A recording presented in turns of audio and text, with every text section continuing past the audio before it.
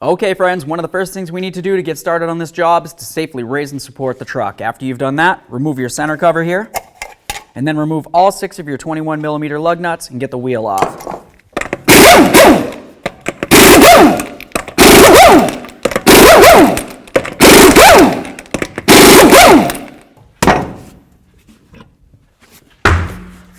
Now that the wheel's off, let's go ahead and get this ABS wire disconnected. I'm just going to come right along here and then remove this 8mm bolt.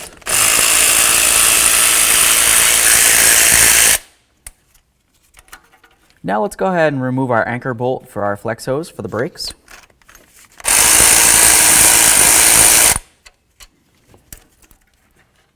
The next thing we need to do is remove our 2 caliper bracket bolts. There it is. I'm just going to start that in a couple threads.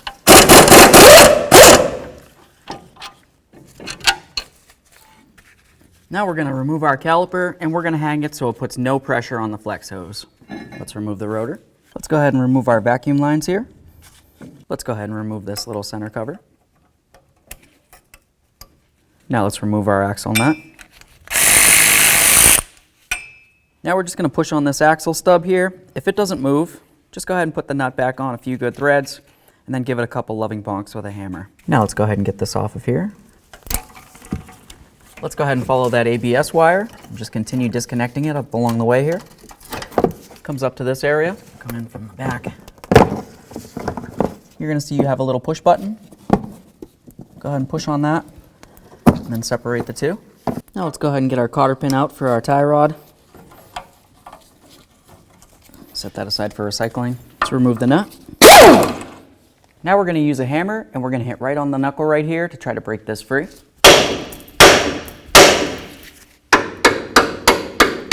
Now let's remove our upper ball joint nut.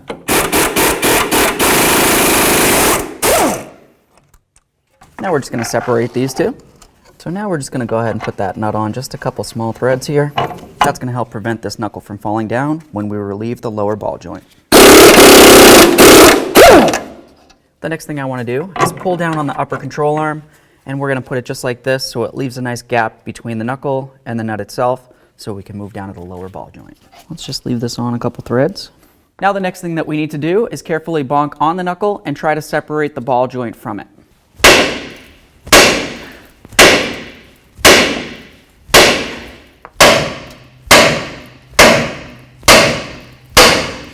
Let's remove that nut. Hold up on your knuckle, remove the lower ball joint nut, bring it down and slide it out and away from the vehicle. The next thing we want to do is spray down your sway bar bushing mounting nuts. Go ahead and remove both those nuts. I'm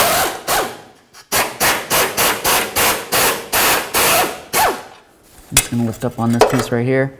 Get that out of there. Do the same to the other side of the vehicle. Let's go ahead and hold that up. Remove that last nut. Now we can set this down.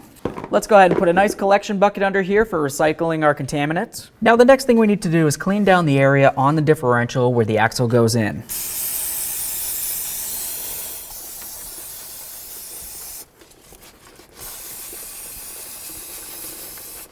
Let's go ahead and put this cable on here for safety. Now for underneath the vehicle, we're going to use a pry bar and a hammer. Try to bonk this axle out of here.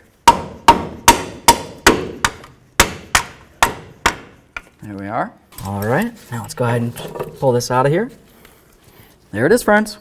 The next thing that we're going to do is go ahead and remove this seal. You can use a seal remover that looks like this. Or of course, you could try to use a pry bar and come down through the bottom. Just going to put this so it comes along the inner portion of that seal. And I'm trying to come up, but I definitely don't want to try to damage this differential any.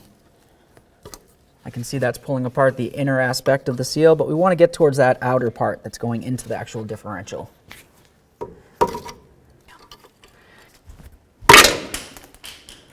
Now it's going to be time to clean up the differential. Just go ahead and use a flat razor blade and get off all this crud.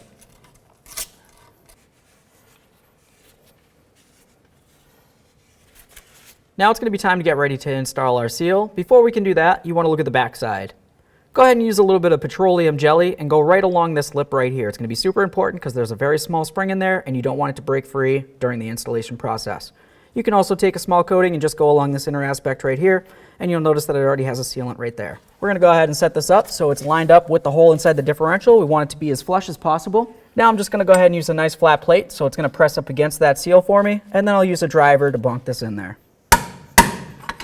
When you're installing this, you want to make sure it's going as parallel as possible to the differential. If it looks like it's going off at a little kilter, go ahead and punch in the other side a tiny bit so it's flat as possible.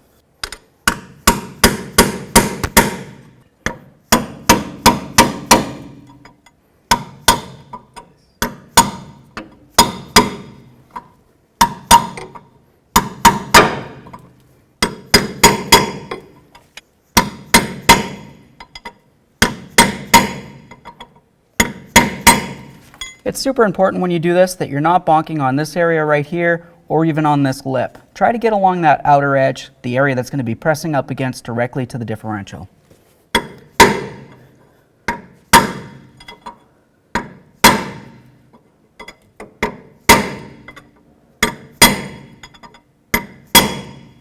So at this point, it's time to start preparing our axle for installation. To do that, let's go ahead and clean down all this dirt so we can make sure we have a nice clean seal.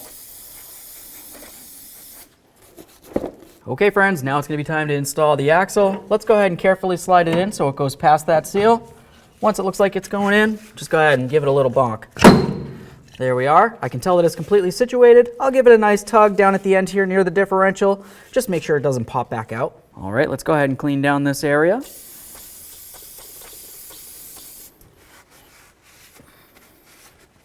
All right, let's go ahead and get this axle back inside the bearing there.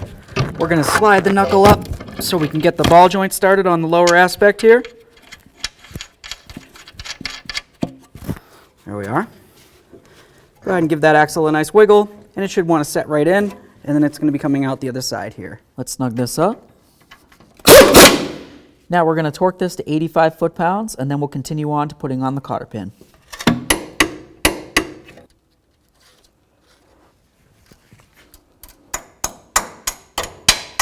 Now the next thing you want to do is line up the slots on the nut to the hole in the stud for the ball joint. If for some reason after you torque it, it doesn't line up, continue tightening until the very next slot does.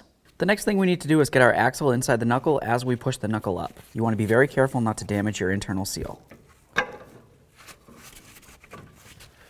Now I'm just going to take a pry bar, come in and under here, and then I'm going to try to put the ball joint through the knuckle.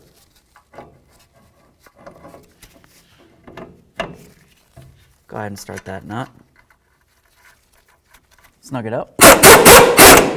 Torque it to 85 foot-pounds. What you want to do next is make sure that you have your slot lined up with the hole on your ball joint stud. If for some reason it isn't, you need to continue tightening until it is. Next, take your cotter pin, go ahead and put it through the slot and the hole, and then of course, lock it down. Let's get our sway bar back up on here.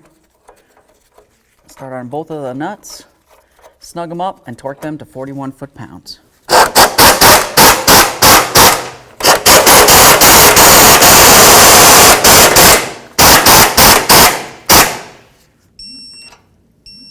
Do the same to the other side of the vehicle. Now before we can continue on to putting the brakes together, we want to make sure that the hub mating surface and the back of the rotor mating surface is nice and clean. After you've done that, apply a little bit of copper never seize. Let's go ahead and get our rotor back on here. I'm going to start a lug nut on so it holds the rotor for me. Let's get our caliper reattached. We're going to use some thread locker, of course, on the bolts. Start them both in, and then we're going to torque them to 185 foot-pounds.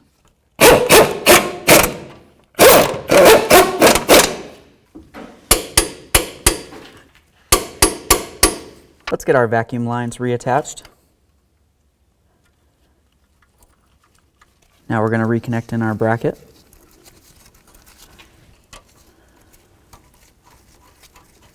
ABS wire. Let's snug them up. Let's start resecuring our ABS wire. Make sure you go up and in between the brake line here, just like that. This looks good for now. Make my way down here. Got a little push clip. It's going to go into your hole right there. The rest of it should just line up. We'll continue on.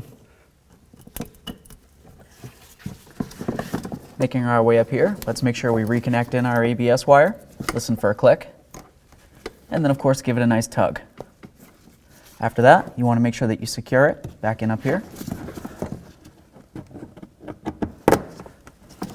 Make sure everything's nice and secured and it's definitely not rubbing up against anything and there's no way it can get caught. Let's get the outer tie rod end on here. Snug this up, torque it to 85 foot-pounds. The next thing we want to do is make sure that our slots line up with the hole in the stud for the tie rod. If for some reason it doesn't, you need to continue tightening until the next one does. Install your locking cotter pin and then lock it down. Let's get the wheel back up on here. Start all of your lug nuts, snug them up, and torque them to 150 foot-pounds.